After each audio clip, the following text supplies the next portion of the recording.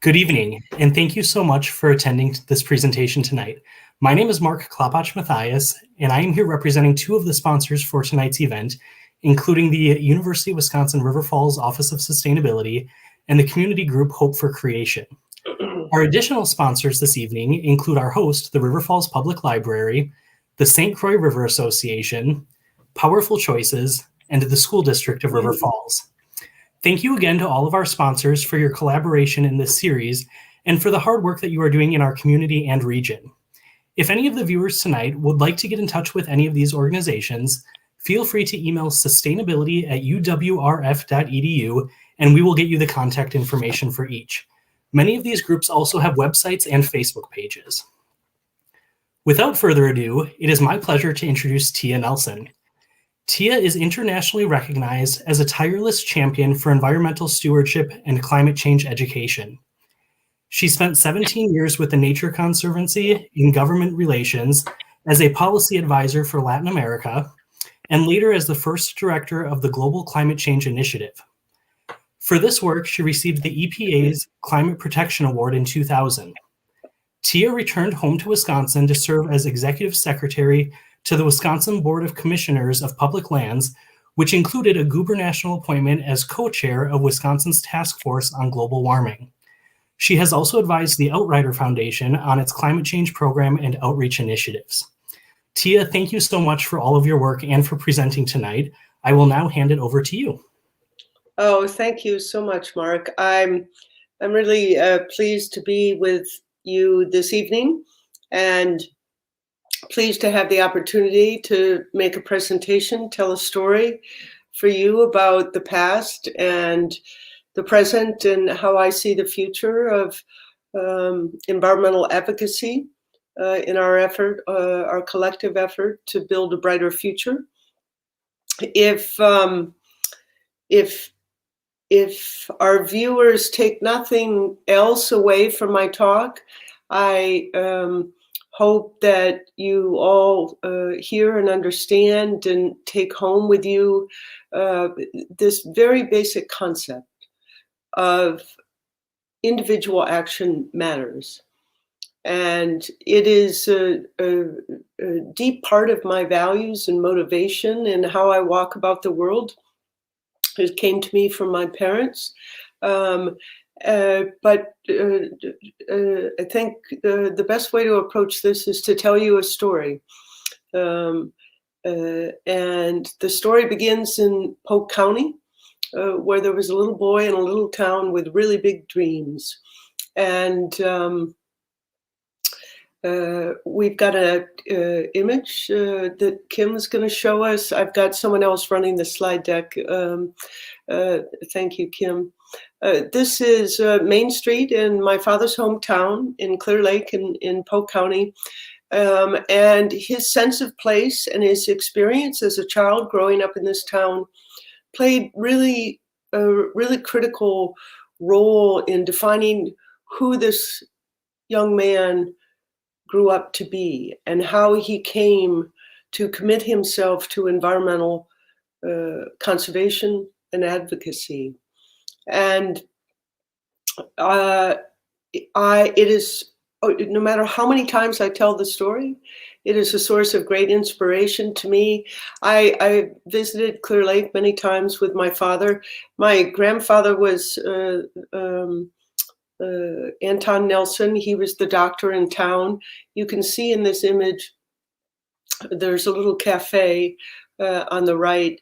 I went in there once with my dad campaigning in 1968, and every single individual in the cafe had either their birth had either been assisted by my grandfather or their children's had been.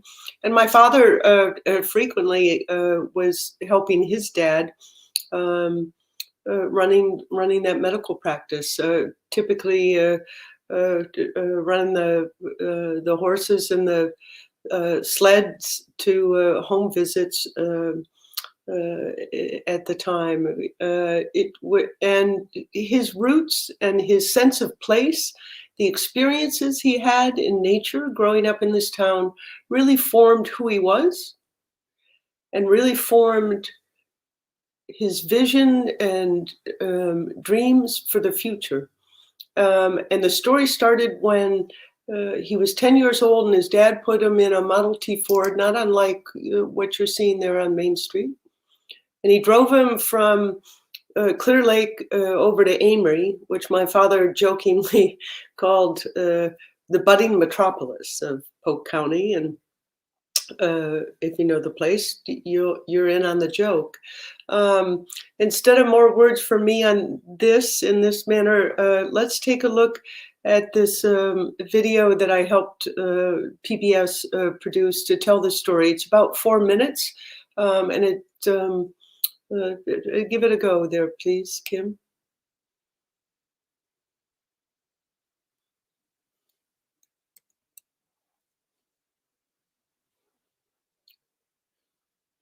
We're missing the sound.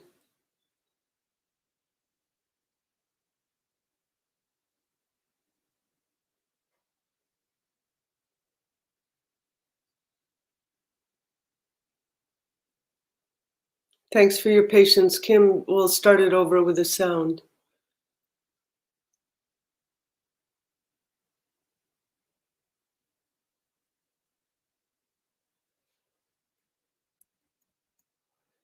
Yeah, so my apologies. Kim, can you pause it?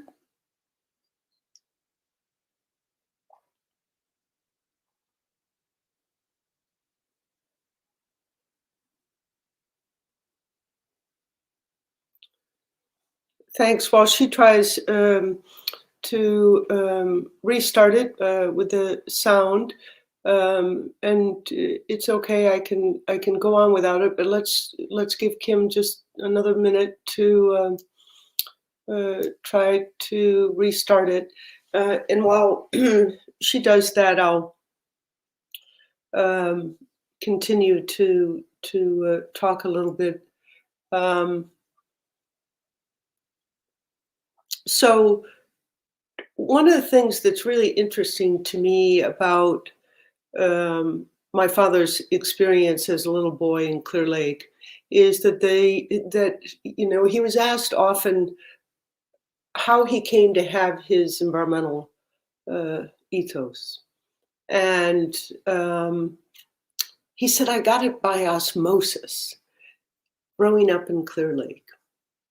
He'd watch the turtles migrate from Clear Lake to Mud Lake each fall. Mud Lake was a more suitable place for the turtles to hibernate.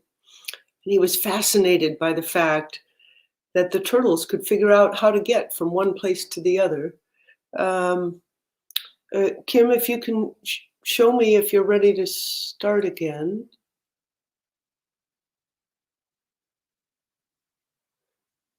Still no sound. Yeah.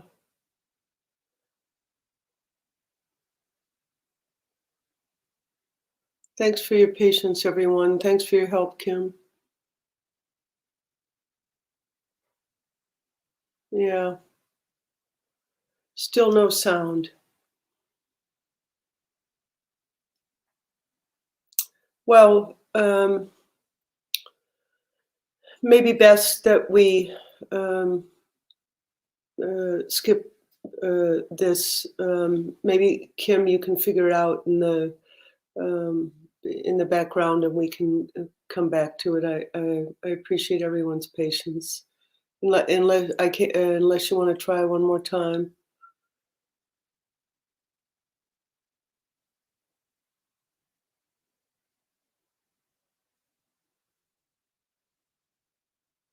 Yep, no sound.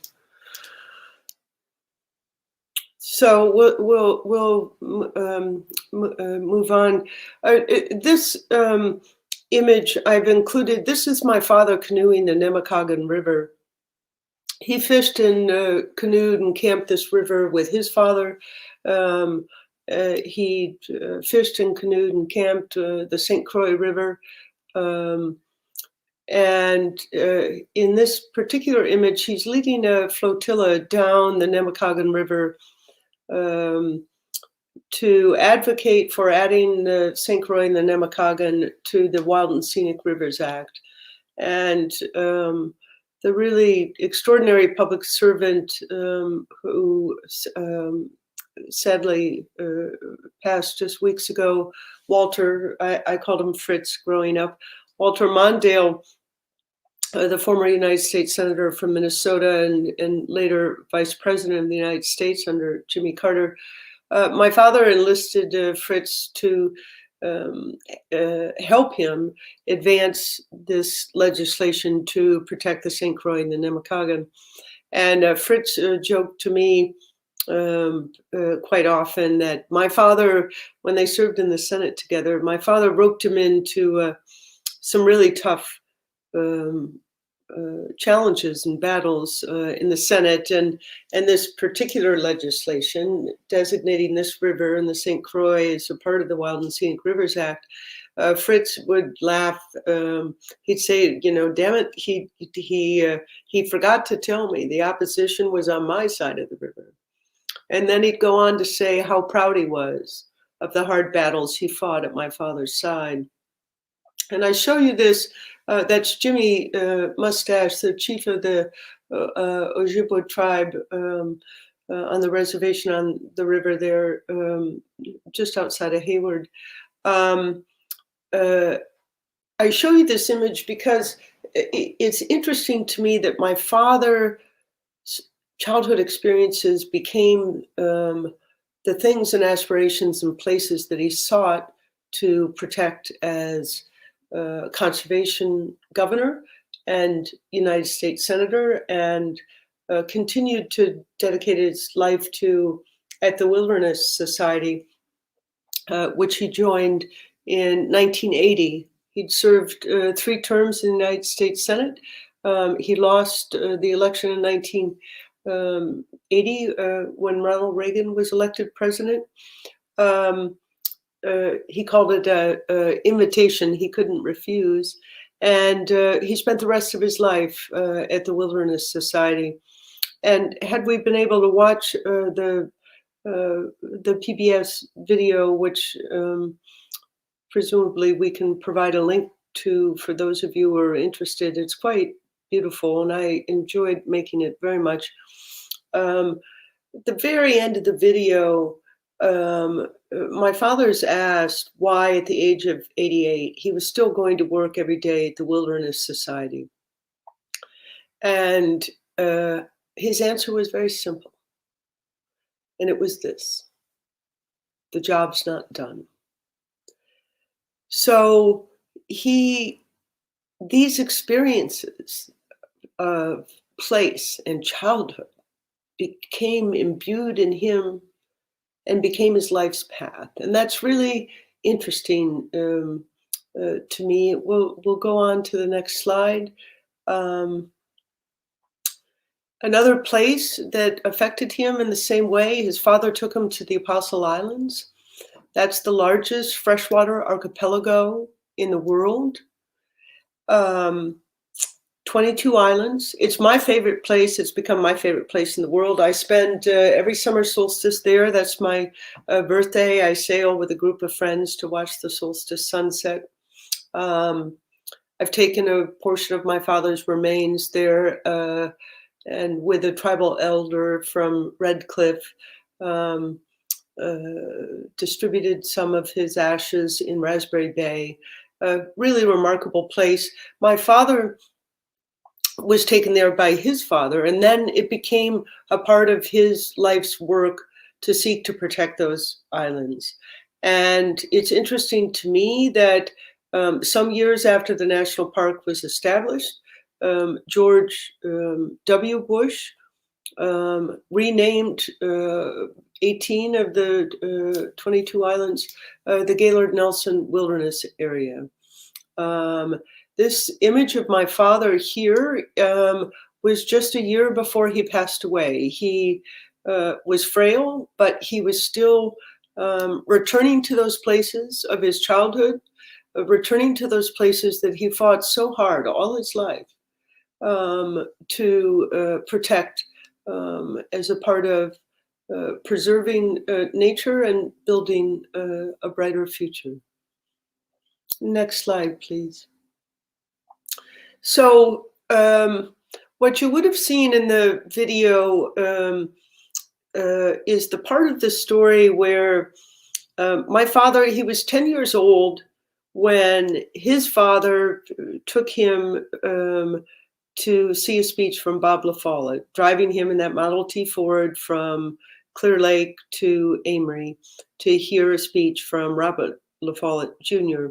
And my father sat on his father's shoulders, and he was really taken by the lofty concepts of making a difference, and building a brighter future, and looking out for the little guy. And he was so inspired by that speech that driving home, my grandfather asked him what he thought of it. And my father said, well, you know, when I grow up, I want to be like Bob La Follette. I want to help people. But I have a big fear, he said. And his fear was that by the time he grew up, Robert La Follette would have solved all the world's problems and there would be nothing for him to do. But he committed himself. When he was 10 years old, he committed himself to grow up and be a United States Senator. So the step along the way was to run for the state legislature, where he served for some time, and then to run for governor. The image you're looking at here is from National Boating Magazine. All, you know, the nation's eyes are on Wisconsin's outdoor plans. And this was a big and important publication for public recreation and boating. And the reason that he was getting this front page coverage was because he proposed a penny a pack tax on cigarettes to fund a endowment to purchase, protect, and preserve public space, public parks, public recreation areas throughout Wisconsin, from boating areas to hunting areas to nature areas to recreation areas. And so this effort, it was the program was called ORAC, the Outdoor Recreation Acquisition Program. And it's later morphed into what's now called the Knowles Nelson Stewardship Fund, really critical tool for state government to protect public parks and state parks, natural areas, wildlife areas, hunting areas, boating areas. It's named after a Republican, Warren Knowles, a former governor, and my father.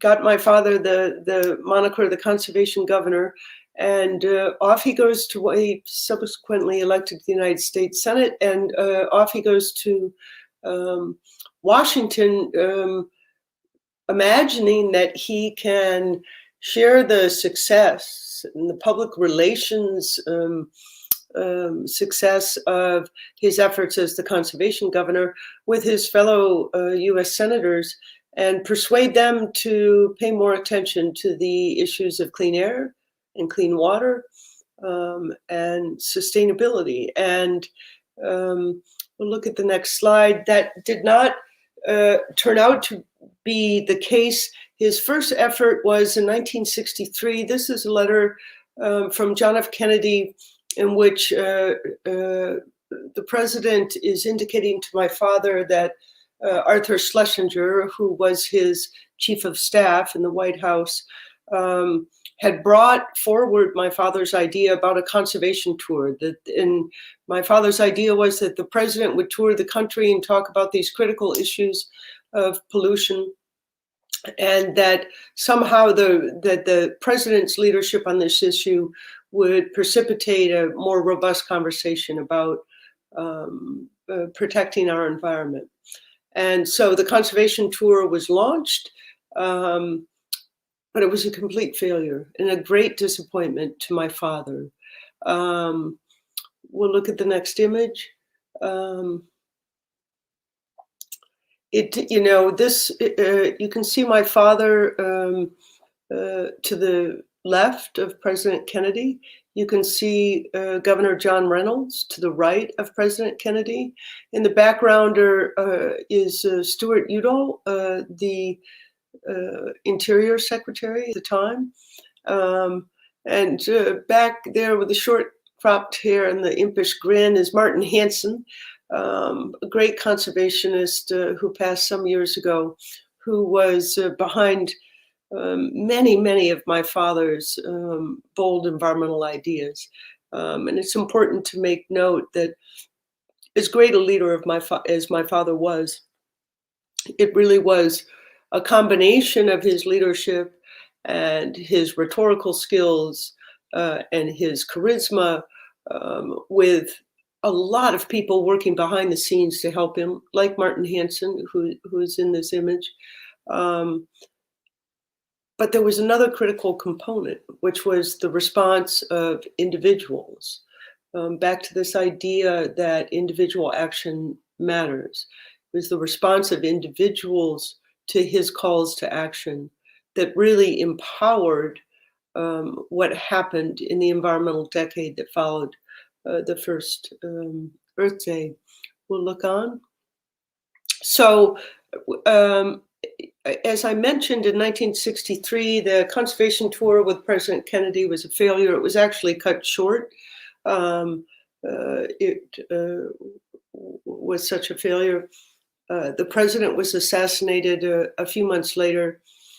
So it's 1963.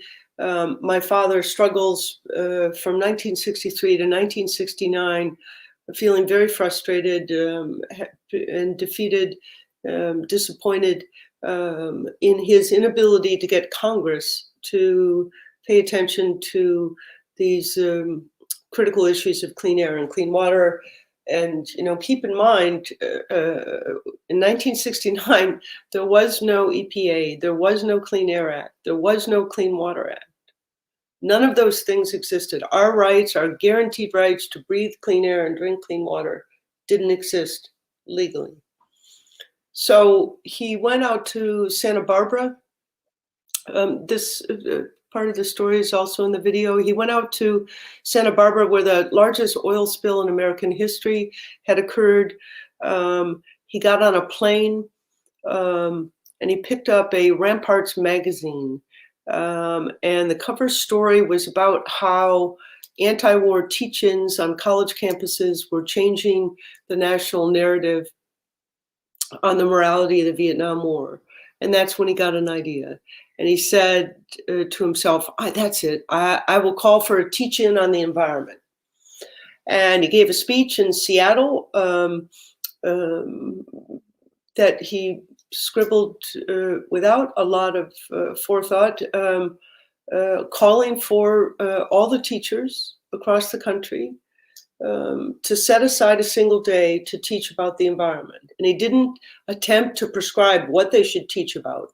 Whatever made sense to them, whatever was relevant in their communities, that was enough for him. And the call to action was simple. It was called Environmental Teach-In Day. Thank goodness they changed the name to Earth Day from a marketing standpoint.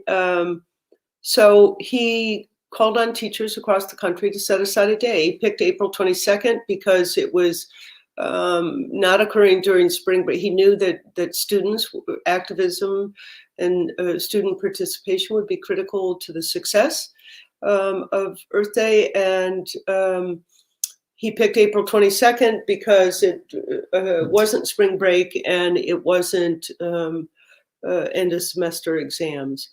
Ironically, April 22nd turned out to be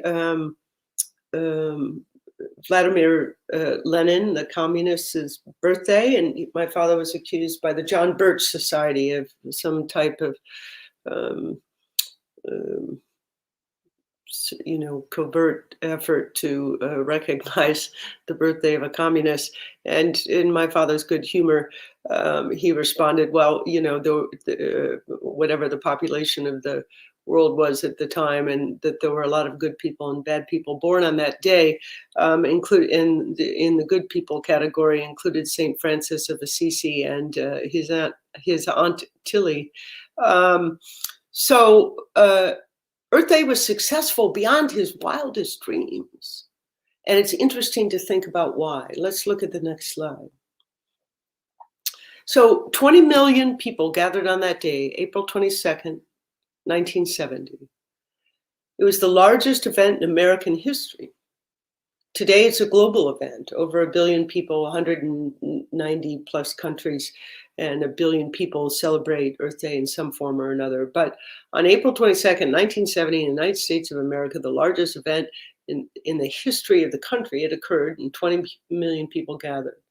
And I often ask myself, what made it so successful? And it wasn't just the fact that there was a charismatic leader, my father, issuing this call to action.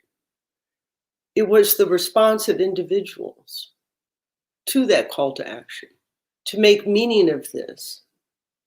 And that became the tool by which my father leveraged this public response to, he would say, shake Washington out of its lethargy.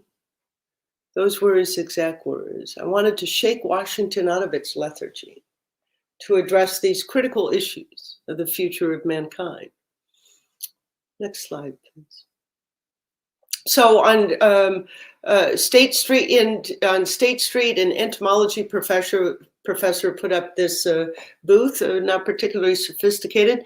It talked about the harm of chemical pesticides, alternatives to them, and then taught people, whoever cared to stop by. And you can see there was some interest in the important role that pollinators play. So that was one person's response, right?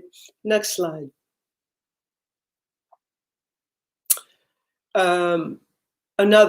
This couple, were running a sign up, that's some statue of garbage, a sign up to enlist people to do a cleanup throughout Dane County the week following Earth Day. Next slide. And then my father got all these letters from kids, and he published them in a book called What Are You and Me Gonna Do? And I want to show you a couple of images. We'll go through them pretty quickly. Next slide. So, images, pictures speak 1,000 words, and sometimes simple works the best. This is about dumping trash. Next slide. This is, if you're of a certain generation, my generation, you might remember Charlie Tuna, who was used to advertise canned tuna. So this kid chose to show Charlie Tuna in the ocean choking on pollution. Next slide, please. And then this one blows my mind. So some kid drew this picture, dreaming of a automobile that drove 300 miles. And didn't emit any pollution, and also rather clever of them to make it an ambulance, as you can see. And I can't help but wonder whether they ended up in, an engineer at Tesla. Next slide, please.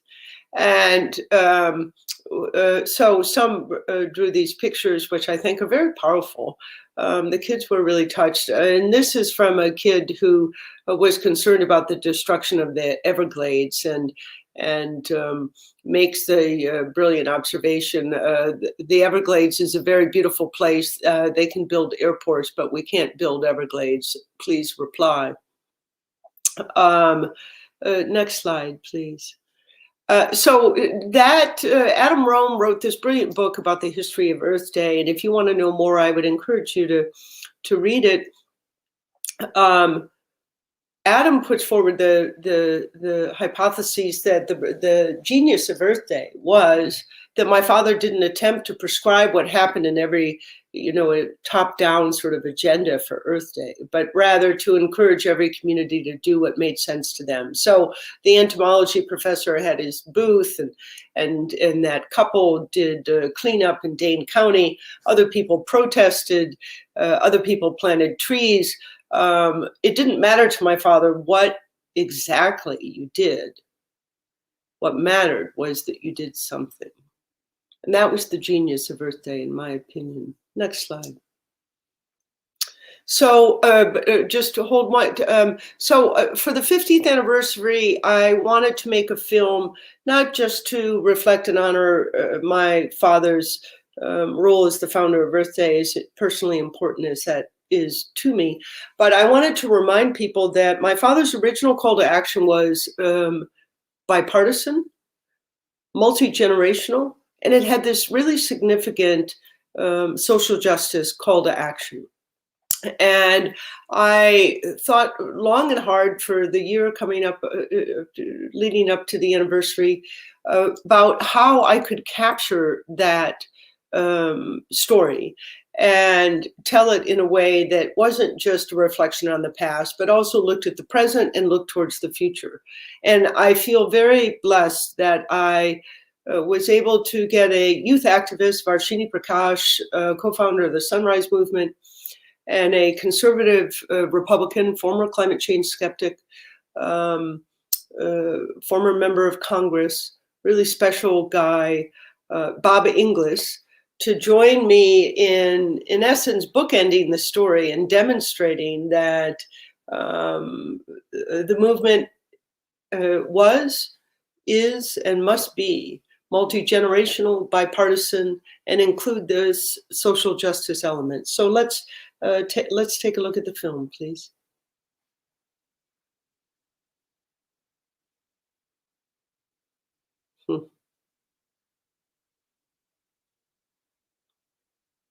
Again, no sound, Kim.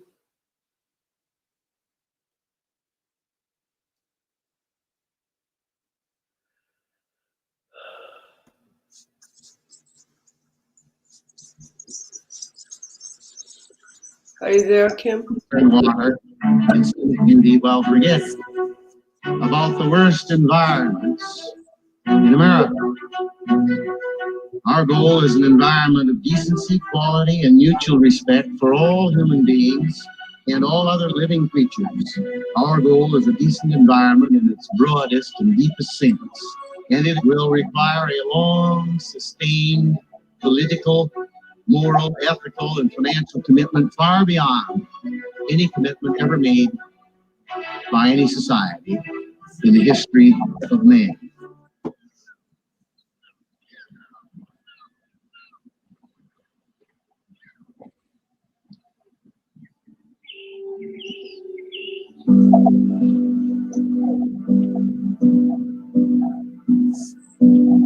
My name is Tia Nelson. I am the daughter of Gaylord Nelson, the founder of Earth Day. My father was an extraordinary dad. He was an extraordinary leader. Growing up as his daughter, it was mostly a great privilege, but also I felt a heavy sense of duty to public service and to making a difference with my life. I work for the Outrider Foundation. Our goal is to educate people about big global challenges like climate change. One of my favorite quotes from my father was delivered on the eve of the first Earth Day in 1970. He said, "Ecology is a big science, Not a narrow one. It's a big concept, and it is concerned with all the ramifications of all the relationships of all living creatures to each other and their environment." So when he talked about the environment, he talked about ecology and environment in the broadest sense, in the most inclusive sense. That idea resonated with students across the country. Collectively, they made a difference that was unforeseeable. This movement and this fight is about all of us, because what is more fundamental than the air that we breathe, than water, than the soil that we stand on, than the land that we love? What is more fundamental to every single one of us than that? My name is Varshini Prakash. I'm from Boston, Massachusetts, and I am one of the co-founders of Sunrise Movement. We are building a movement of young people all across this nation to stop the climate crisis and create millions of good jobs for our generation in the process. And when I began looking back into what the first Earth Day was like, what it meant, the level of people who got involved, the kind of political action, I think for me, Earth Day now is about getting back to our roots. My father was brilliant at working across the aisle to build consensus He knew when to compromise. He knew when to stick to his principles. Think of all of the important environmental laws that were passed after that first Earth Day, and they were passed with significant support from both parties. For 6 years, I said that climate change was nonsense, in as much as I represented Greenville, Spartanburg, South Carolina, probably one of the reddest districts, the reddest state in the nation. That was the end of the inquiry for me. So I admit that's fairly ignorant, but that's the way it was for 6 years. So I'm Bob Inglis, and I run an outfit called republicen.org, where convincing conservatives that they're really good on climate and that they've got the answer. It's free enterprise innovation. My son, the eldest of our 5 kids, came to me. He was voting for the first time because he just turned 18. And he said to me, "Dad, I'll vote for you, but you're going to clean up your act on the environment." It's the first of a 3-step metamorphosis for me. And step 2 was going to Antarctica with the science committee, seeing the evidence in the ice core drillings. Step 3 was another science committee trip. It's there that at a stopover at the Great Barrier Reef, great blessing there was meeting an Australian climate scientist named Scott Heron, and just being inspired by his faith to act on climate change. When Bob spoke about climate change while serving in the United States Congress, he was primaried and he lost his election. He was attacked for speaking the words climate change. This was a transformative moment in his life and led to him dedicating his whole career today to addressing the climate change challenge. For young people growing up in this country, we have been defined by the climate crisis. People who have been born after the year 2000 have never lived a year on this planet that wasn't one of the hottest years on record. We are the climate generation. And so now, at a young age, we have realized that if our politicians aren't going to do something about this problem, then we have to take matters into our own hands. Through leadership of people like Varshini, the youth movement has been energized in the last year in ways that resemble what was happening almost 50 years ago when the first Earth Day occurred. There comes a place where activism drives even the crustiest old-timer to decide to get involved. I don't think there's any other issue viewed in its broadest sense, which is as critical to mankind as the issue of the quality of the environment in which we live. Environmentalism is not a partisan issue. Environmentalism is a quality of life issue for all of us. You know, I'm very optimistic about the future. I think we're going to solve climate change. It's going to be that conservatives come together with progressives to figure out we're literally in this together. This is about not just changing light bulbs, this is about changing our politics. And if anything, we will be successful because we do it together. I want the youth of today to know that I have done everything that I can to ensure on the 100th anniversary of Earth Day, we are celebrating a brighter future. We're at a critical moment in history. We have an opportunity to address the greatest environmental challenge of our time. Are we able? Yes. Are we willing? That's the unanswered question. You can stop it now there.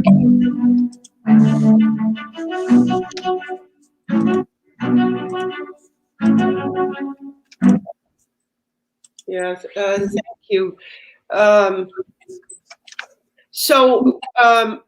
What I was, there are several things that were meaningful to me about that film, but as I said when I introduced it, the important thing to me isn't that Varshini Prakash and Bob Inglis agree on the policy response to climate change, because they don't, just to be clear. One of them proposes the Green New Deal, the other proposes a revenue-neutral carbon tax. I didn't care.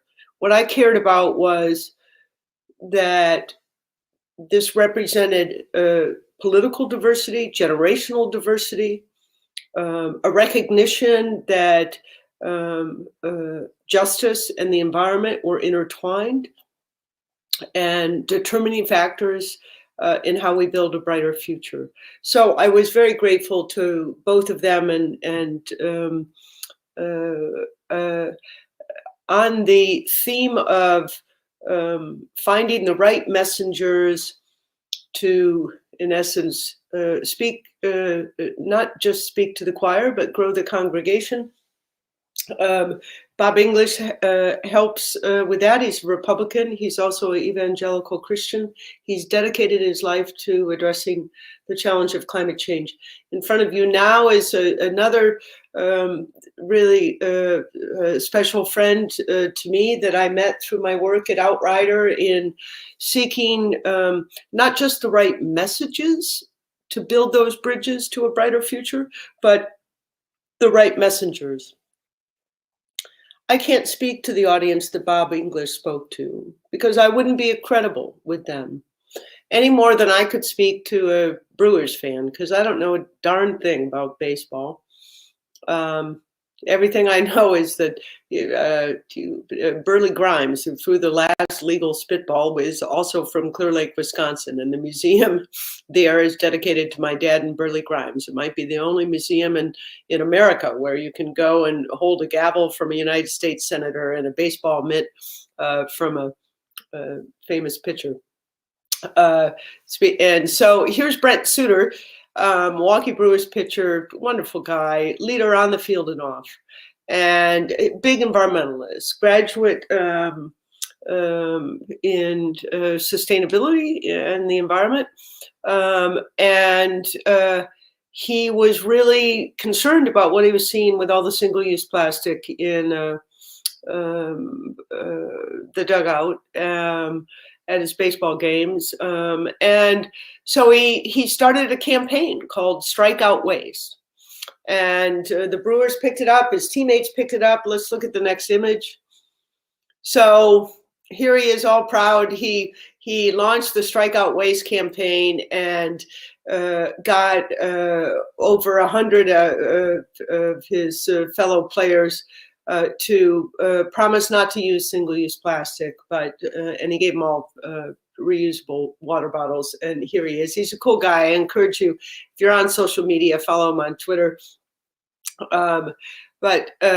Again, here's a voice that helps build bridges and reaches an audience that I wouldn't reach. I'm super grateful and feel very blessed to have relationships with Bob and Brent and Varshini. And this really hits on the most important theme that I have to present to you, which is that individual action matters and that building bridges so that we are speaking beyond our political affiliation or our generational or identity or our income identity to really come together because only through that process of coming together can we be united to solve this big challenge. Let's look at the next slide. An interesting example for me, and I was raised by a mother who, for her own reasons, did not embrace the Christian faith that she was raised in Appalachia. And she ended up becoming a ward of the state. And I didn't have a faith tradition as a child. What's interesting and feels very important to me, and I learned a lot of this from Bob English, but the thing that got me thinking about this was a talk from Dr. Richie Davidson at the University of Wisconsin Center for Healthy Minds, where he said something to the effect of, there's 7.6 billion people on this planet, and 80% of them identify with a faith. And if you as an environmentalist, at this point he's speaking directly to me, want to affect change, those of us who have that motivation and value-driven purpose in life, have to find a way to speak to communities of faith.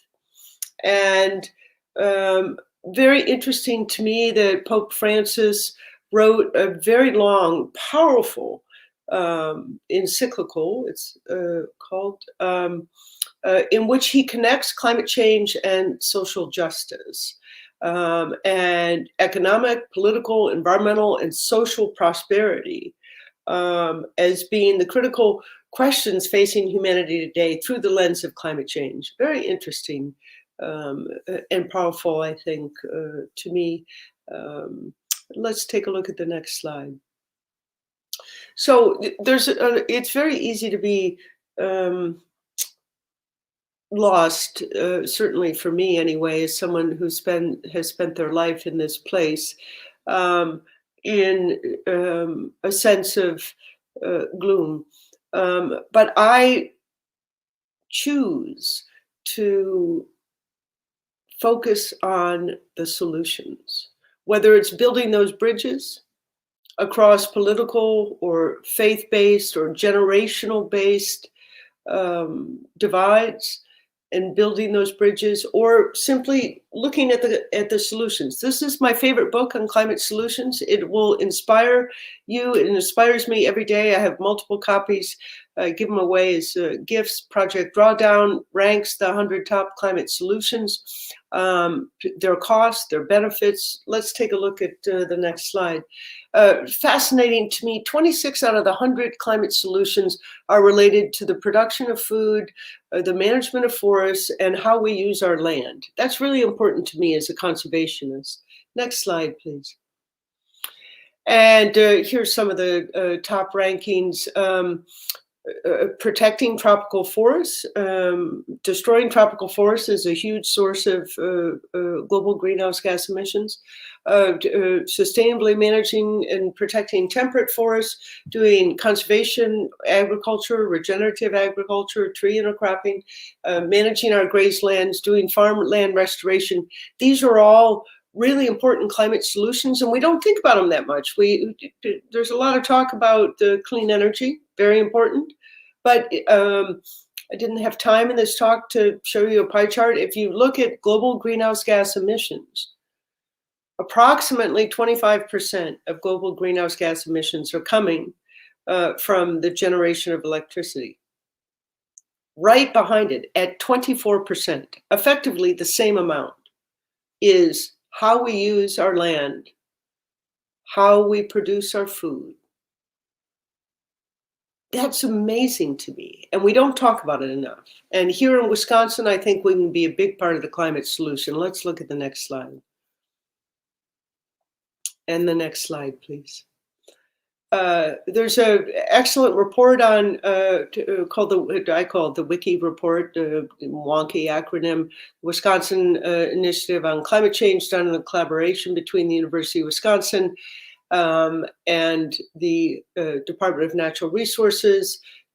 Looks at climate change impacts and things we need to do to adapt to how we've altered the atmosphere and the global warming that is occurring based on human activity. So we have to reduce emissions from the fossil fuel sector and from the land use sector, and we have to adapt to a future that looks different today than the past.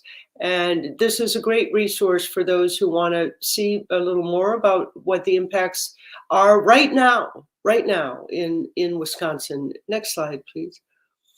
You just see a couple of visuals here, whether it's public infrastructure or trout spawning grounds or our farms and fields and food production. Climate change is here and it's impacting us, but we do know those solutions. Next slide, please. In your own community, there are these amazing initiatives that are occurring. And it brings me back to the powerful story of Earth Day, the power of individual action.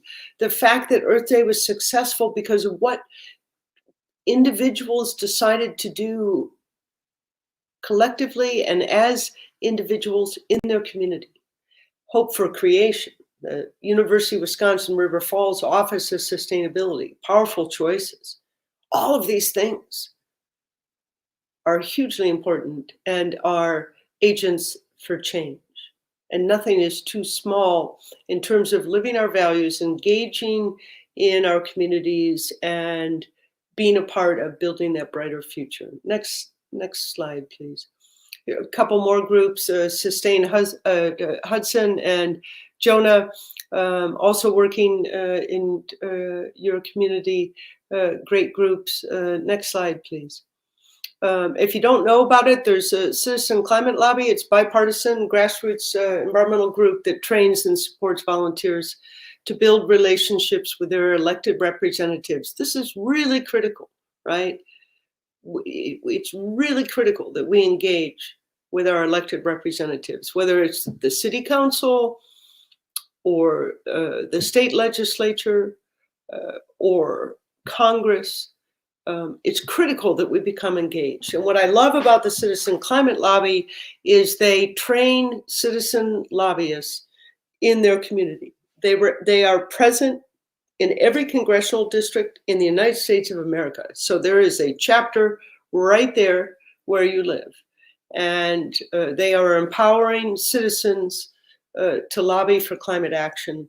It is your right, and I would argue one's obligation to be more involved, because it does make a difference. And if you think about that first Earth Day, 1970, before there was a Clean Air Act, before there was a Clean Water Act, before a Republican president, Richard Milhous Nixon, signed into law the creation of the Environmental Protection Agency, the environmental decade was launched because of my father's call to action, not alone, but accompanied by citizen response, grassroots response, individual response. That's what made the difference. It changed the course of American history. Next slide, please. So the theme that I'm leaving you with here is the importance of building these bridges, of not staying in our silos, of recognizing that all of us have to occupy and live and thrive on this planet, and that all of us can make a difference, and that united we can solve this, and that building those bridges and creating that social capital and political will for action is what we can do, must do, and will make the difference. And I'll end with this last quote. Next slide. One of my favorite quotes, Margaret Mead. I was privileged to and excited as heck, I'll tell you. I was, I don't know, in junior high, I think. And I was studying anthropology, and because my father was a senator and Margaret Mead was in town to testify before Congress, I had the chance to meet her. She's a very inspiring individual. But here is her quote. I think this is sort of my mantra, to never doubt that a small group of thoughtful, committed citizens can change the world, because indeed it is the only thing that ever has. So with that, I thank you for coming to this talk. I thank you for what you do in your community to make a difference, and invite you to ask questions. Mark will facilitate. I'm really grateful that you all showed up, because you're making a difference simply by doing so, you know? So thank you. Thank you so much, Tia. It's fascinating to hear about the history of Earth Day and the legacy of your father and all the work that you've been doing. We're so grateful to have you tonight. If anybody has any questions, feel free to type it in the chat and we will relay that to Tia. And while we maybe wait for the first question to come in, I have one that I'll jump in with. You talked a little bit about the Knowles Nelson Stewardship Program, and it's my understanding that that funding is up for renewal. How would you suggest that individuals kind of call for action to make sure that that is funded in future years? Oh, that's a great question, and it's a critical issue, and it's unfortunate to deeply unfortunate, in my opinion. The Knowles Nelson Stewardship Fund is named after a Republican and a Democrat. You get my theme here. It's created our state park system and so much more. It has enjoyed for years significant bipartisan support, and that's in jeopardy today. And so what can a citizen, what can your listeners do? A couple of things. Write your representative. Call your representative. For those who are involved in land trusts or who have local parks or protected areas that they care about, any special place, while it's important that you write letters like the letters the kids wrote to my dad, invite your local legislator to come visit a place that's special to you, because they have to show up in their district and listen to their constituents and show them and tell them why that place is special and what value it brings to that community. So write your legislators, invite them to your local natural area, speak to your neighbors.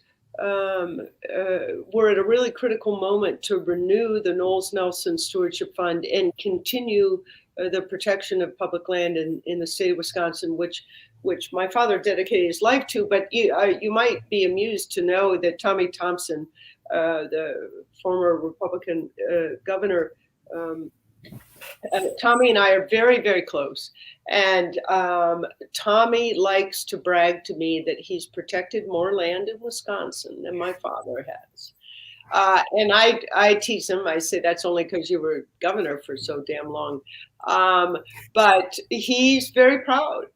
Using the Knowles Nelson Stewardship Fund, the most amount of land preserved for public benefit, using public dollars to benefit the public in perpetuity, whether you hunt or fish or hike, view wildflowers or go birding or go boating. The person who's preserved more public land in the state of Wisconsin than anyone else is not Gaylord Nelson. It is Tommy Thompson, and he's damn proud of it. And I love him being my friend. So get involved. Very critical time. Write your legislators like tonight, or call them. There's a hotline. And invite them to your special place and tell them why it's special. Get engaged. Get involved. It makes a difference. Thank you.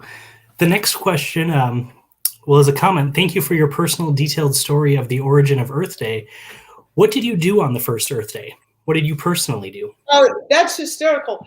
I've been asked that question so many times, and for years I didn't have an answer. And being a painfully honest person, I wasn't about to make one up, but I really, really wanted to make up like some good, sexy answer where I was. I couldn't remember. So I was doing a radio interview and confessed, as I had so many times, I don't remember what I was doing on the first Earth Day. I would have been 1970. I was born in 1956, so I was 14. And so I'm doing this live radio show, and one of my junior high school classmates calls in and said, Tia, you were with me picking up trash at the junior high school. So I couldn't remember, but somebody else did, and that's what I was doing on the first Earth Day. I was picking up trash at the junior high school. Not that I remember it, because keep in mind there was no way for me to know what a momentous event Earth Day was. I knew my dad wasn't home and he was really busy, but that wasn't anything unusual. And anyway, I was picking up trash like a lot of school kids. What do you think the United States is behind on in terms of conservation compared to other countries' efforts? And can you provide examples? I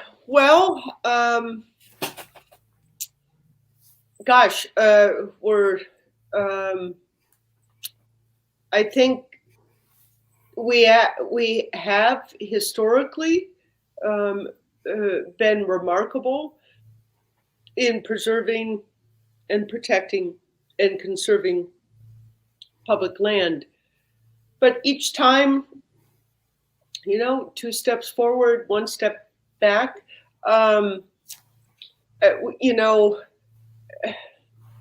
It's been a complicated journey. The most disturbing thing to me, the most disconcerting thing to me, is that protecting clean air and clean water, protecting public lands, has become so partisan.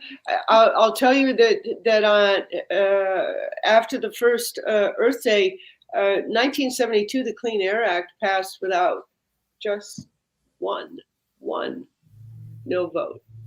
Every Democrat, every Republican but one voted to pass that law. So I most regret that partisanship. I think the country, there's probably the greatest leader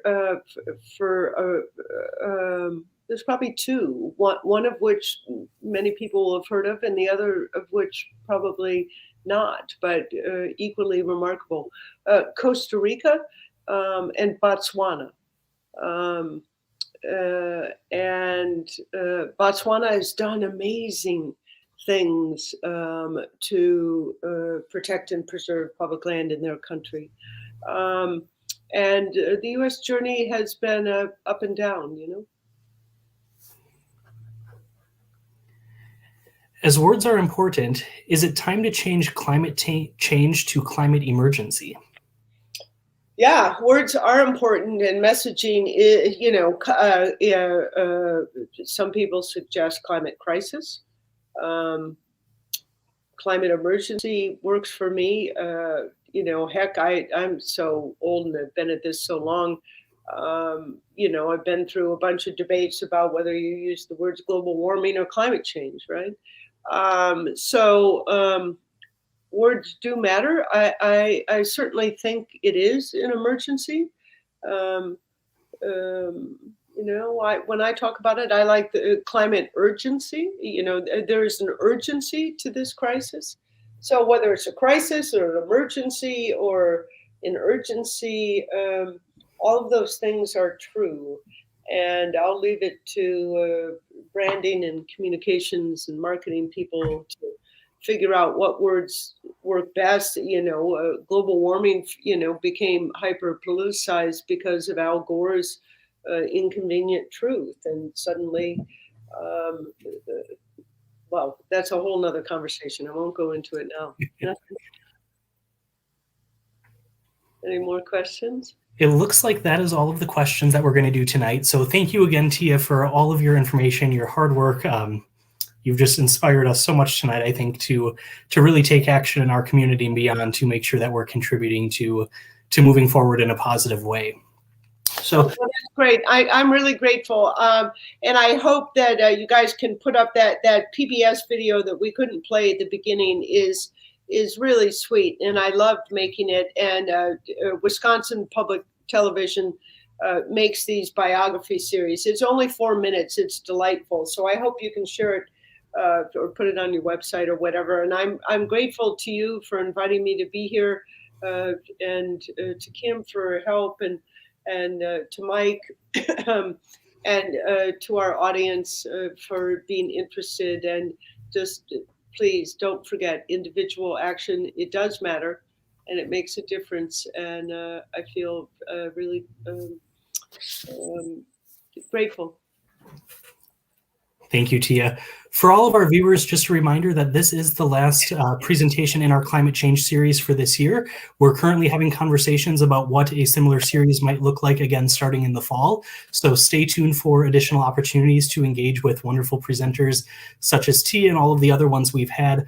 All of the presentations in this series are available on the River Falls Public Library's YouTube page. We also have links to them on the Office of Sustainability website through the university. And again, if you have any questions wanting to get connected to any of the sponsors, or if you can't find those links and would like to help get connected, feel free to email sustainability@uwrf.edu and we will help you out. So thanks, everyone. Have a good night.